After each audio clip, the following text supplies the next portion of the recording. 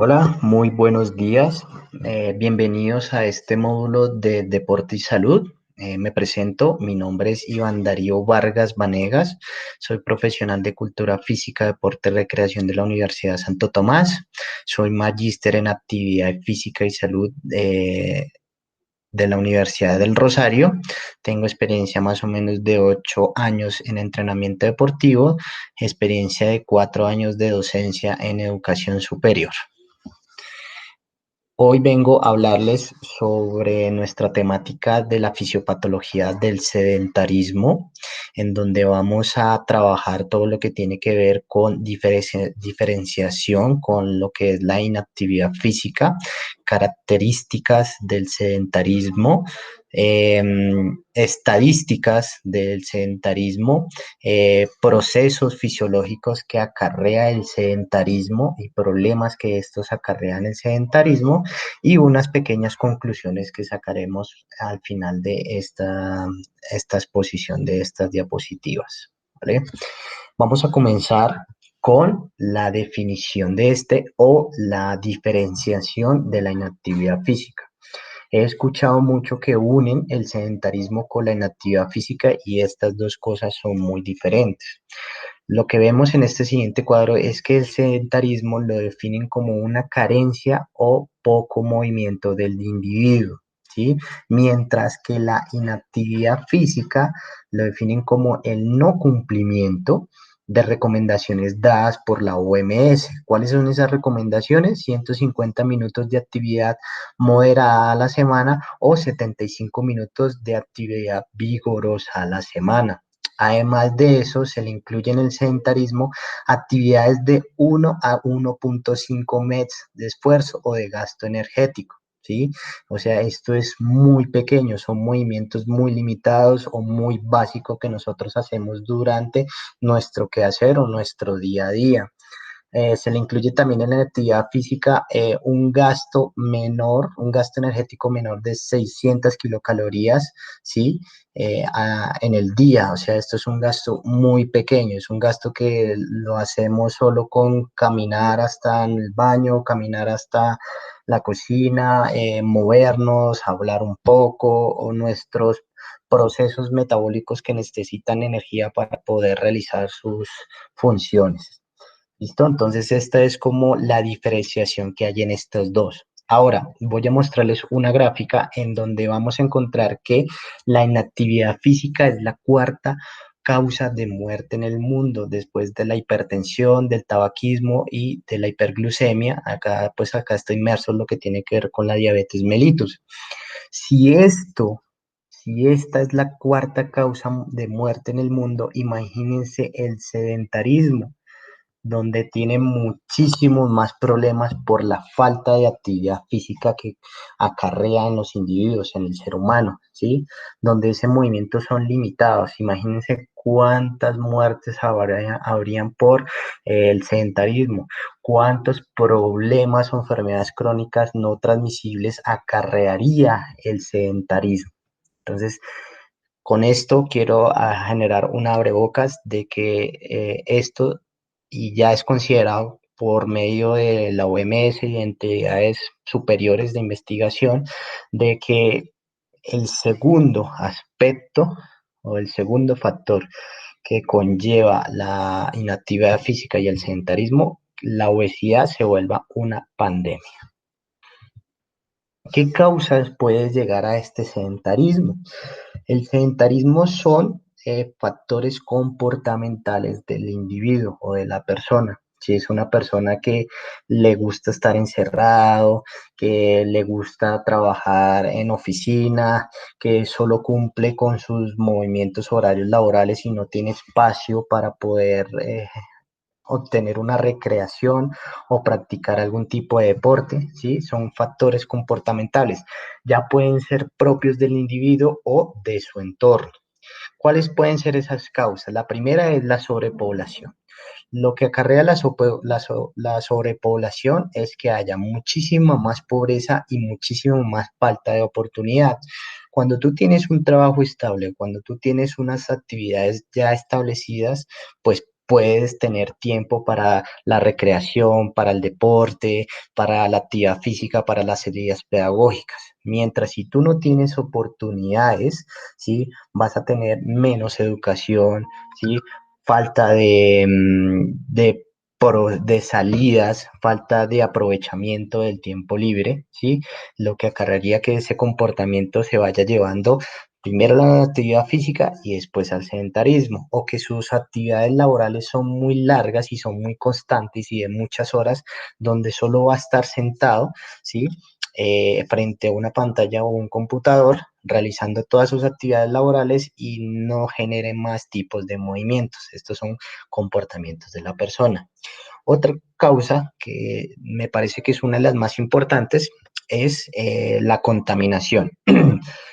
Cuando los niveles de contaminación superan los niveles básicos, ¿sí? Los niveles normales, genera que las personas no puedan practicar en espacios abiertos y estos espacios abiertos son muy necesarios para la actividad física y el desarrollo deportivo de la persona o el desarrollo recreativo de la persona, donde la persona puede disfrutar de un espacio abierto, puede practicar algún tipo de modalidad deportiva donde se necesite unos espacios abiertos para poder realizarlo. Ejemplo, el fútbol, ejemplo, el rugby, ejemplo, el básquetbol, donde estos no pueden ser practicados en unas zonas cerradas. Entonces, esta es otra de las causas que generan que se lleve o conlleve a que esa persona mantenga unos comportamientos sedentarios.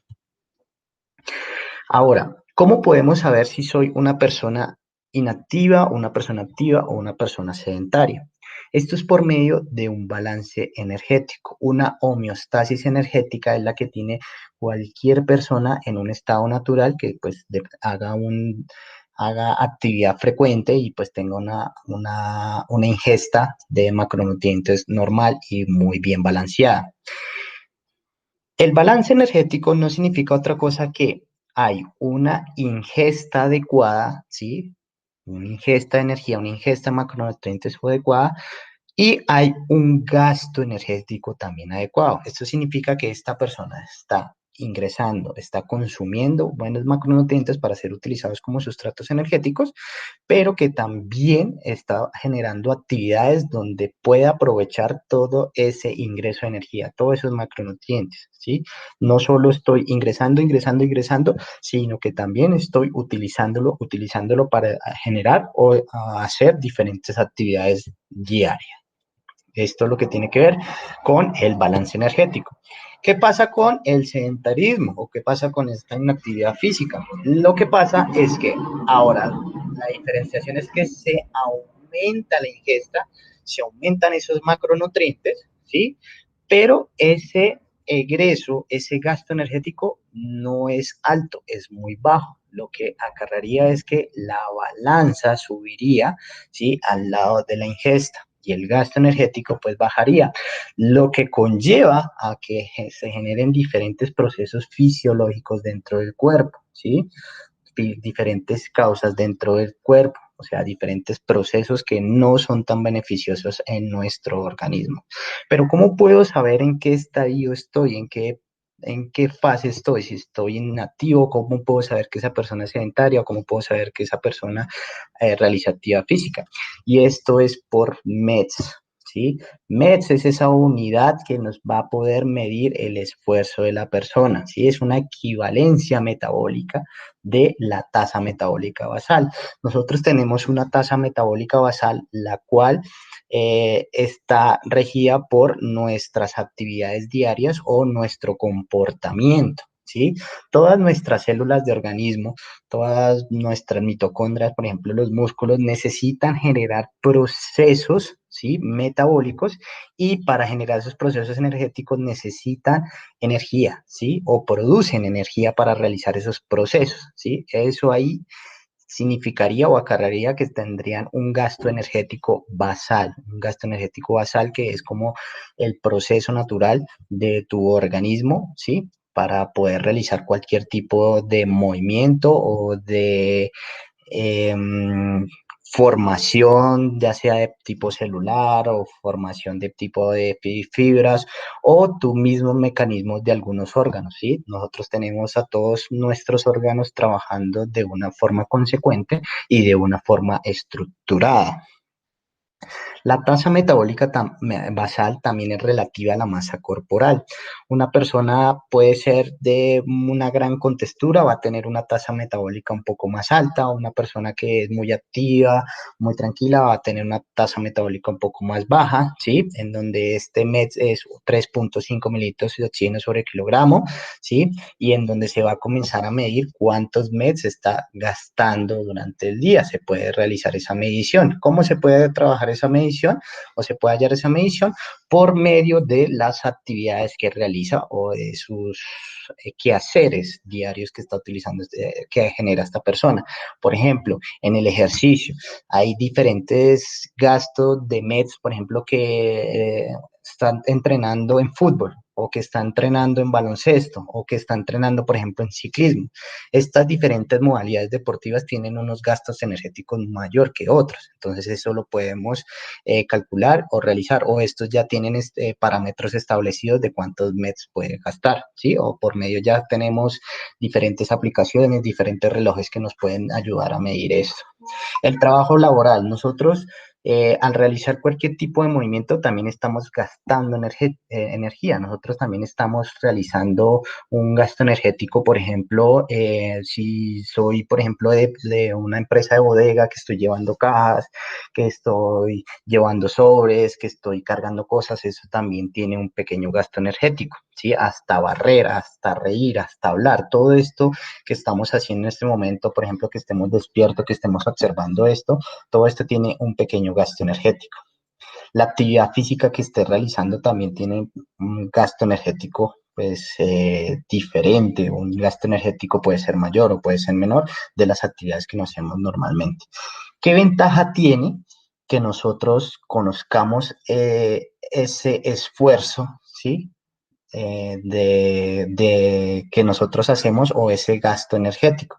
Pues que simplifica la cuantificación de los requisitos energéticos. Miramos cuáles son nuestros requisitos energéticos diarios o semanales, puede ser, para poder realizar algún tipo de actividades. Entonces, necesitamos tanto tipo de calorías, ¿sí? Que eso es lo que vemos más o menos en los nutricionistas, entonces que necesita tantas calorías, ¿sí? Esa tasa metabólica basal para poder realizar el tipo de actividades, cuando necesitamos ese tipo de calorías para poder mantener nuestra energía a tope o energía necesaria para poder realizar las actividades diarias. ¿Listo? Los METs han sido muy estudiados y se están estudiando mucho como predictores de enfermedades crónicas no transmisibles. Como los muestro en este siguiente documento, ¿sí? En este siguiente artículo, en que nos muestra que el mayor gasto de METs, ¿sí? Si usted tiene un buen gasto de METs, su riesgo de mortalidad disminuye o su riesgo de padecer algún tipo de patología disminuye. ¿Cómo así? O sea, si nosotros estamos moviéndonos, si tenemos una buena actividad física adecuada, ¿sí? Y si tenemos un consumo de METs diarios, tenemos menor riesgo de padecer hipertensión. Entonces lo podemos ver acá. ¿Sí? Acá tenemos un punto de riesgo para padecer hipertensión, mientras una persona que consume menos de 5 METs, ¿sí? Tiene casi 2% de padecer algún tipo de hipertensión.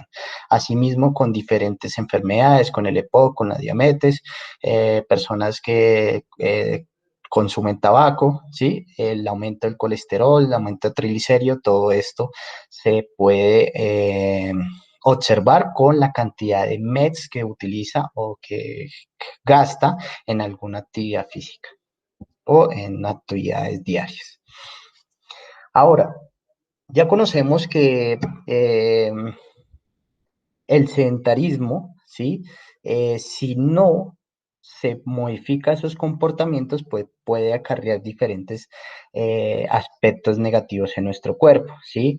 No estamos hablando solo, por ejemplo, de apariencia, no estamos hablando solo de enfermedades crónicas no transmisibles, sino también de nuestros sistemas del cuerpo, como es el sistema musculoesquelético, que ahorita lo vamos a ver, en donde el tejido adiposo produce muchísima inflamación y no deja generar esos procesos metabólicos correctos que necesita realizar el músculo, ¿sí? Para el equilibrio hemostático de nuestro organismo. Tenemos también deficiencias o factores negativos en el sistema respiratorio. Acá sí pueden haber eh, aparición de diferentes patologías como lo es el EPOC, ¿sí? Daños en nuestros alveolos y nuestros bronquios por la inactividad física, en el sistema gastrointestinal, ¿sí? Aparición, por ejemplo, de algún tipo de cáncer. Entonces, esta inactividad física puede ser, esos niveles de actividad física o niveles de sedentarismo pueden ser predictores de algún tipo de cáncer, como lo hablaba anteriormente. En el sistema cardiovascular también puede generar diferentes apariciones de enfermedades crónicas no transmisibles como la arteriosclerosis o hasta el infarto agudo, que puede conllevar al infarto agudo de miocardio. Y en el sistema nervioso, pues por todos los procesos inflamatorios que acarrea ese tejido adiposo. Ahora, en el sistema muscular podemos encontrar que si se genera una ingesta muy grande de lo que tiene que ver con carbohidratos, lo que tiene que ver con grasa, lo que tiene que ver con glucosa o azúcares, ¿sí? ¿Esto qué quiere decir? Que si no se utiliza, si no se genera ese movimiento, si no hay unos gastos energéticos, todos estos macronutrientes, todas estas moléculas se van a almacenar como adipocitos. Adipocitos es la célula de nuestro tejido adiposo. Estos adipocitos producen muchísimos aspectos negativos en todas nuestras partes o estructuras del cuerpo, en el tejido muscular, como lo nombramos anteriormente, y en nuestras vísceras, porque se les gusta a nuestro cuerpo almacenarla, ¿sí? En estos espacios, en nuestras vísceras y nuestros músculos y en otros lugares donde se vuelven unos elementos como que se predisponen a almacenar el tejido adiposo. En este caso, en el músculo, ¿sí? En toda nuestra fibra muscular, en toda la parte de nuestra fascia, en toda la parte de nuestras miofibrillas, ¿sí? Al tener muchísimo tejido, ¿sí? Adiposo, muchísimas células adiposas, genera procesos inflamatorios, ¿sí? Procesos inflamatorios en donde vamos a tener muchísimas citoquinas que están realizando sus funciones como de reparación celular, pero pues también de inflamación, porque cuando se genera una reparación celular por medio de la inflamación, pues hay también unos aspectos negativos que están generándose dentro de tu metabolismo, ¿sí? Muchísima inflamación, muchísimos procesos, muchísimas citoquinas inflamatorias, ¿sí? Donde en el músculo generan inflamación, ¿sí? Generan muchísima inflamación, pues porque hay muchísimo tejido adiposo que está generando esos procesos de inflamación, procesos de inmunidad, donde están tratando de reparar células y tratando de dañar, de recuperar todo ese tejido que va perdiendo por estas células adipocitos. Disminuye la reparación de las fibras musculares. ¿Esto qué quiere decir? Nosotros cuando realizamos diferentes contracciones musculares, ¿sí? O tratamos de vencer algún tipo de resistencia, estamos dañando diferentes miofibrillas, ¿sí? Que pues donde su capacidad del músculo, de capacidad de esa parte de la sarcómera, es con esa célula satélite atraer y llamar muchas más fibras para que se pueda generar esa reparación, lo que genera que aumente su grosor, aumente su tamaño, pero el tejido adiposo lo que genera es que no deje reclutamiento o no se deje realizar el reclutamiento de fibras, ¿sí? Aumenta también la insulinoresistencia. El músculo, como es un órgano totalmente endocrino que genera diferentes procesos de endocrino, liberación de diferentes hormonas, genera una inhibición de estos procesos, ¿sí? O cambia los procesos en estructuras de algunas vísceras. Por ejemplo, en el páncreas, que al liberar muchísima insulina, ¿sí? Liberar muchísima insulina, pues porque este tipo de inflamación que genera el tejido adiposo, ¿sí? O el aumento de glucosa en sangre, lo que genera que los receptores de insulina se vuelvan tan sensibles que no puedan unirse a su hormona, que en este caso sería la insulina, y pues no habría esa captación de glucosa para ser utilizada como sustrato energético. ¿Esto qué quiere decir? Que esa glucosa se va a almacenar como adipocito y va a seguir haciendo procesos de inflamación y de daño en diferentes órganos y estructuras del cuerpo. También aumenta las posibilidades de generar algún tipo de enfermedad autoinmune, ya que pues en procesos inflamatorios estamos utilizando muchísimas citoquinas, entonces como lo podemos ver en la segunda imagen, estamos utilizando lo que son células defensivas, linfocitos, macrófagos, linfocitos TH1, linfocitos TH17, ¿sí? Las natural killer, que son células especializadas en combatir células cancerígenas, las células espumosas, bueno, ahí hay muchísimas células que están en el proceso de inflamación que tratan de ayudar a reconstruir ese tejido dañado, pero pues que también conlleva a factores que no son muy beneficiosos, ¿sí? Porque pues hay muchísimos residuos de células muertas, muchas apoptosis, mucha muerte celular que no es programada y que por eso de pronto puede generarse el cáncer, donde se pierde ese gen de esa célula, ¿sí? Para que tenga una muerte programada esa célula y no se siga proliferando, entonces pierde ese gen esa célula y comienza a proliferarse de una forma inadecuada y sin tener como un freno o un stop, entonces comienza a generar procesos inflamatorios. ¿Listo? Eh, Esto es lo que tiene que ver más que todo en nuestro músculo y lo que genera esa pequeña célula adiposita y lo que puede causar en nuestro organismo.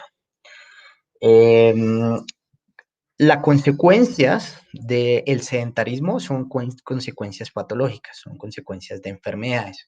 Una de las principales enfermedades que causa el sedentarismo y la inactividad física es la obesidad.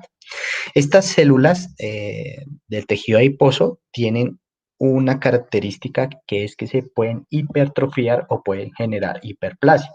Hipertrofiar, ¿por qué? Porque puede aumentar su tamaño, ¿no? Creo que son muchísimo más de 10 veces su tamaño, muchísimo más, creo que son 100 veces su tamaño, ¿sí?